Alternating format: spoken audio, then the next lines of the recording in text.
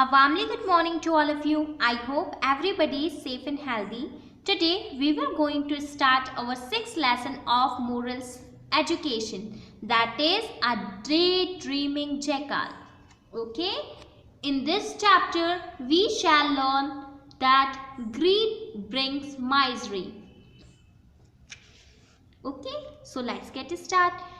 Bhilu was a hunter who belonged to a hill tribe. Every day he went out to hunt for animals using his bow and arrow. भीलू एक Hunter था जो कि कहाँ belong करता था? Who belonged to a hill tribe, जो कि पहाड़ी ट्राइब में से बिलोंग करता था. Every day he went out to hunt for animals. वो डेली जो है एनिमल्स को हंट करने के लिए, उनको शिकार करने के लिए जाता था. किसका यूज करके? बो एंड एरो, यानी कि अपने धनुष और बाणों का यूज करके वो जानवरों को हंट करता था, उनका शिकार किया करता था. He was proud of being an adept archer, यानी कि उसे बहुत ही ज़्यादा प्राउड था. उसको क्या प्राउड था? कि वो बहुत ही ज़्यादा एक्सपर्ट आर्ची, यानी कि एक्सपर्ट जो है धनुर्धर है, वो उसको ऐसा प्राउड था. One day as he spotted a wild stag in the forest. एक दिन उसने किसको स्पॉटेड किया? एक वाइल्ड स्टैग को. What is stag? Stag is a male deer. Okay, यानी कि उसने एक हिरन को जो है वहाँ पे स्पॉटेड किया. In the forest, he thought to himself, this large wild stag is sure to die at my hand. उसने सोचा कि ये बड़ा सा हिरन जो है पक्का मेरे हाथों से आज मरेगा. My skill at hunting will put it to an end. और मेरी जो स्किल है, मेरी जो कौशल है, वो मारने की, इसको शिकार करने की आज पक्का इसको ख़त्म कर देगी. Then Bhilu strung his bow and shot a sharp arrow directly on the stag's back.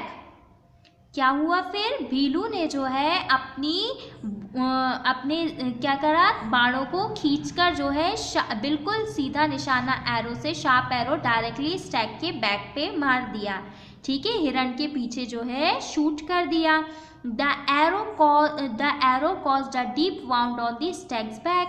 और उस एरो ने, यानी कि उसके बाण ने क्या किया? एक डीप वाउंड, बहुत ही डीप घाव कर दिया स्टैग के बैक पर. In serving pain and anger, the wild stag rushed at Bhilu and pursued his stomach with its sharp and pointed horn. Pain और गुस्से के कारण जो है, दर्द और गुस्से के कारण जो है, वाइल्ड स्टैग क्या हुआ? दौड़ता हुआ गुस्से में भीलू के पास गया और उसने क्या कर दिया? यस, पोस्ट जो है कर दिया स्टमक में भीलू के. किससे? अपने हॉर्न से, यानी कि अपने हॉर्न से भीलू को भी घायल कर दिया. At once the proud hunter and the wild stag lay dead due to their injuries. और फिर क्या हुआ? एक ही साथ जो है स्टैग भी और वो प्राउडेड हंटर, यानी कि वो शिकारी भीलू और डियर दोनों ही साथ में मर गए. Soon a jackal came strolling by. और वहाँ पे जल्दी कौन आ गया? जैकाल आ गया, घूमता हुआ, है ना. At the sight of the dead hunter and the lifeless stag, he was filled with glee and thought. उसने जैसे ही देखा मरे हुए हंटर को और लाइफलेस स्टैग को, दोनों ही मरे हुए लोगों को देखा जैसे ही उसने, तो वो बहुत ही ज़्यादा खुश हुआ और सोचने लगा, ओ माई फॉर्च्यून, कितना अच्छा भाग्य है मेरा. Today I have found food that will last me for days. मुझे आज इतना खाना मिल गया जो कि मुझे कई दिनों तक हो जाएगा. Fate was unkind to the hunter and the stag, but it has shone for me. यानी कि इस हंटर का और स्टैग का भाग्य तो खराब है, लेकिन ये मेरे लिए बहुत ही अच्छी बात है. The flesh around the arrow tip must be soft and delicious to chew. I shall eat the stag flesh from there slowly so as to enjoy this treasure. उसने सोचा कि ये जो एरो लगा हुआ है यहाँ पास का जो एरिया है ये बहुत ही ज़्यादा सॉफ्ट और डिलीशियस होगा खाने में, तो मैं सबसे पहले स्टैग का फ्लैश यहीं से धीरे धीरे खाना चालू करता हूँ। So thinking the jackal proceed to taste his succulent treat. Just as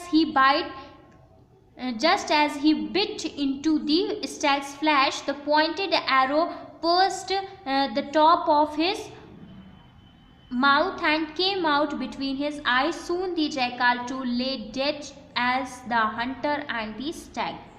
जैसे ही जयकाल ने जो है इस डियर को स्टैग को खाना चालू किया, वैसे ही क्या हुआ, जो एरो इसको लगा हुआ था उसने हरी में जो है जल्दी में खाना चालू कर दिया, लेकिन जो इस पे एरो लगा हुआ था उसने जो है उसके माउथ को, जो जयकाल था उसके माउथ को भी घायल कर दिया और वो पॉइंटेड एरो जो है इसकी आई से के बीच से बाहर आ गया।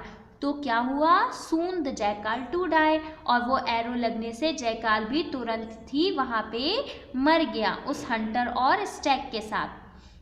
तो बच्चों आपको समझ में आया इस कहानी का टीचिंग फैक्ट क्या है? Yes, think twice before you act. आपको कुछ भी करने से पहले दोबारा उसके बारे में सोचना चाहिए। इतनी हमें लालच नहीं करनी चाहिए कि हम जो है जल्दी में सब कुछ भूल जाएं और अपना ही नुकसान कर बैठे, जैसे कि ये जयकाल ने किया। इसको फूड तो मिल गया, लेकिन उसने क्या किया, लालच के कारण और जल्दी दिखाकर जो है उसने अपनी जान भी गंवा दी और फूड तो गया ही उसका। आई होप आपको ये लेसन समझ आया होगा। Thank you.